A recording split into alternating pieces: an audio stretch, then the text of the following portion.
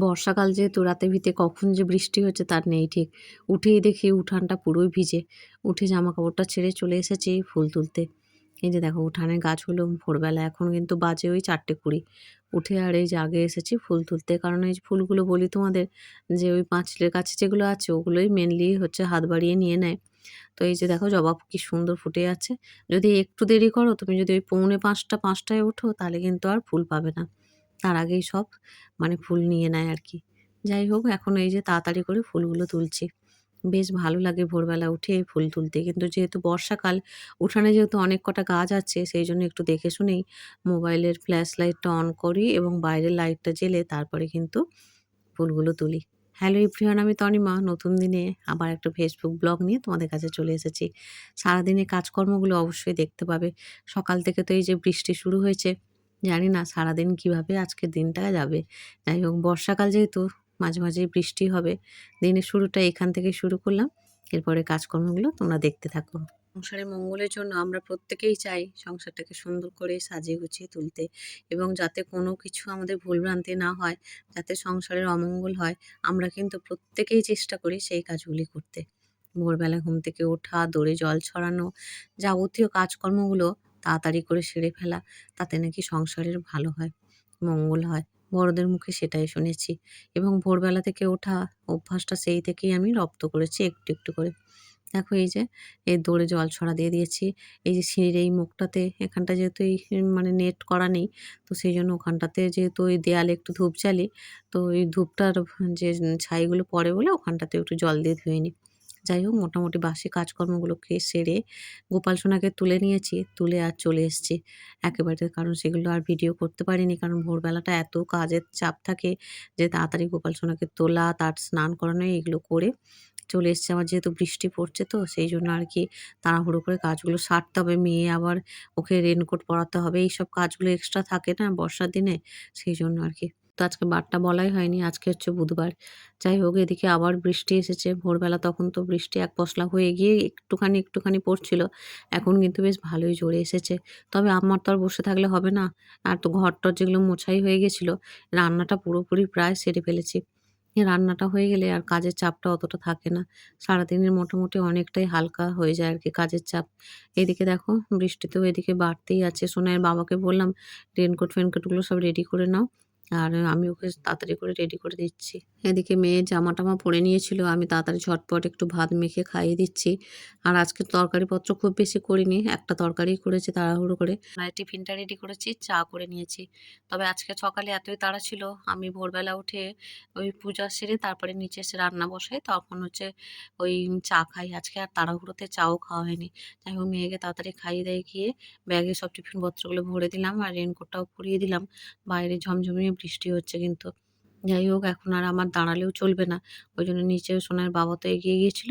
আমিও গিয়ে ওকে রেইনকোটটা ঠিকঠাক করে দিলাম। আর ব্যাগটা নিয়ে বললাম তাই ব্যাগের কভারটাও একটু লুজ হয়ে গেছে আর লাগানো যাচ্ছে না। যখন তখন খুলে পড়েও যায়। ওই মনে থাকে না বৃষ্টি হলেই মনে পড়ে কভারের কথা। এতবার আমি যাচ্ছি আসছি মনেই থাকে না। একটা কভার এবারে নিতেই হবে। যাই হোক এদিকে আমি এই এগোতে যাচ্ছি। আর এত আমাদের এখানটা উঠানের এখানটা স্লিপ তো সোনাইকে তাই বলছি বারবার একটু আসতে চল। বর্ষা বাদলের দিন যদি একটু জামাকাপড়ে কাদা লেগে যায় তখন আর স্কুলে যাওয়া হবে না। আজকে আবার ওকে যেতেই হবে, ম্যাম মেসেজ পাঠিয়েছেন যে মানে স্কুলে যেতেই হবে। তো এই আরকি। যাই হোক প্রোগ্রামে যারা সিলেক্টেড হয়েছে তাদের জন্য আবার মানে স্কুল বন্ধ করা যাবে না। এদিকে মেয়েকে এগিয়ে আমি চলে এলাম। তবে আর আজকে বেশি ফুল তুলিনি। সোনার বাবা যে কটা তুলেছে। নাহলে আমি আবার আঁকশি দিয়ে কলকে ফুল-টুলগুলো তুলি। এদিকে দেখো বৃষ্টির প্রকোপটা কিছুটা কমেছে আরকি। উঠানটা পুরোই ভিজে দেখো। এই যে গাছপালা সব ভিজে। কিছুক্ষণ দাঁড়িয়ে থেকে তারপরে আবার চলে গেলাম। কারণ এ তো পড়তেই আছে। মানে একটু কমেছে কিন্তু বৃষ্টি অনবরত পড়ছে। যাই হোক আমার ভাইয়ের ঘরে একটু যাবো দেখা করতে। তো ওইজন্য আর কি বেশিক্ষণ দাঁড়িয়ে এদিকে বৃষ্টি উপভোগ করলে চলবে না। পর গিয়ে ভাইয়ের জন্য একটু রুটি সেঁকে আর তরকারিপত্র যা দেওয়ার ওইগুলো নিয়ে গিয়েছিলাম একটু। তো ফিরে এসেছি, এসে আর একটুক্ষণ বসেছিলাম। তারপরে সোনাইয়ের বাবা চলে এসেছে। সোনাইকে আজকে ওই ডিম টোস্ট মতো করে দিয়েছি আর কটা ব্রেড ছিল।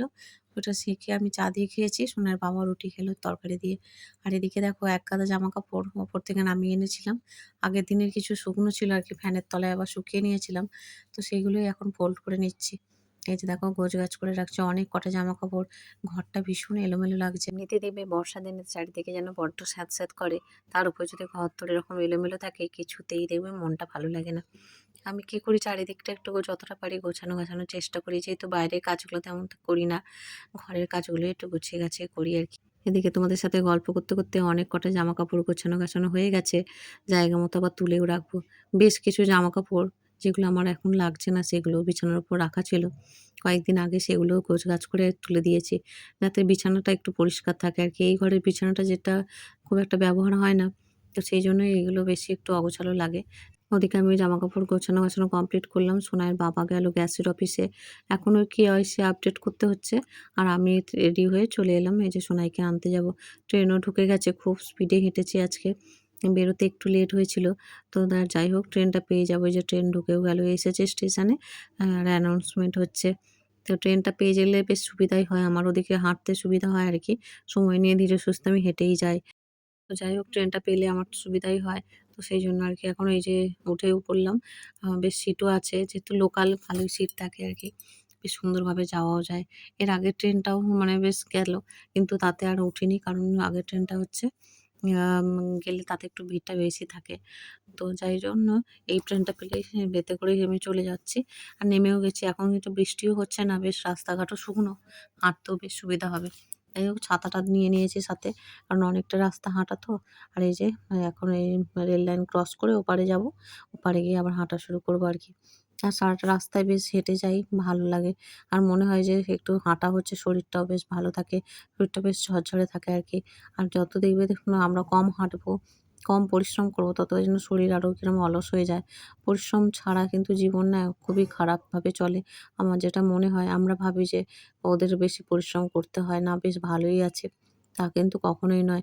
যে যত পরিশ্রম করবে তার দেখবে শরীর তত সুস্থ থাকে আমার যেটা মনে হয়। যাই হোক এই যে এখন দেখো এই হেঁটে যাচ্ছি। আর এই মল্লিকপুরের এখানটা অনেক বাজার-টাজার বসে। আর এই ফুটপাত ধরেই হেঁটে যাই। কারণ প্রচুর গাড়ি যায় তো। আর মানে বড় গাড়ি, ছোট গাড়ি, তারপরে লরি এইসব আরকি।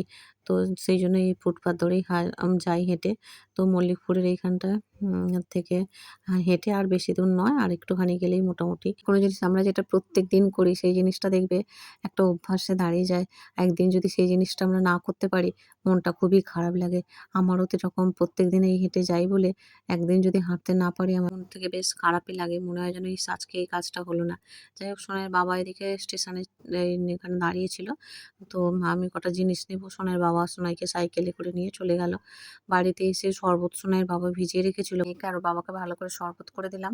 নুন চিনির জল আরকি। আর আমি একটু ভালো প্লেন জল খেলাম বেশি করে। তারপরে সোনাইকে স্নান করিয়ে ভাত খাইয়ে দিয়েছি। এখন একটু ব্যানানা খেয়ে নিচ্ছে সোনাই। এবার ঘুমোবে। আর ঘুমও দেখো ওর চোখে এসে গেছে। আর এদিকে প্রচুর মেঘ করেছে আকাশে মানে পুরো কালো মেঘ। দুপুরের দিকটা একটু ভালো ছিল কিন্তু আবার দেখলাম বাড়ি ফিরেছি তারপর থেকে আবার এই যে কালো মেঘ এবং এক পশলা বৃষ্টিও হয়ে গেছে। যাই হোক বাড়ি ফিরে এসেছি তাই সেটাই সুবিধা। এদিকে দেখো কিরকম মেঘ করেছে। যাই হোক এরপরে আমি একটু ঘুমিয়েছিলাম। ঘুম থেকে উঠে সন্ধ্যা নিবেদন করে আর একটু চা নিয়ে এখানে সবাই বসেছি। সোনাইয়ের বাবা আমি দুজনে মিলে একটু চা বিস্কিট খেলাম। আজকে আর মুড়ি খাইনি আমরা কারণ মুড়ি খেতে একদমই ভালো লাগছিল না। এই অবেলায় ভাত খাওয়ার পর না সন্ধ্যাবেলায় মুড়িটা একদমই যেন ভালো লাগে না। মুড়ি খেলাম না। সোনাই উঠতে ওকেও চা দিয়ে দিয়েছি। তারপরে সোনাই ওর বাবার কাছে পড়তে বসেছিল। পরে আর কোনো ভিডিও করিনি। আজকের ভিডিওটা এই পর্যন্তই রাখলাম। সবাই ভালো থেকো। দেখা হবে পরের একটা ভিডিওর সাথে। Bye bye. Good night.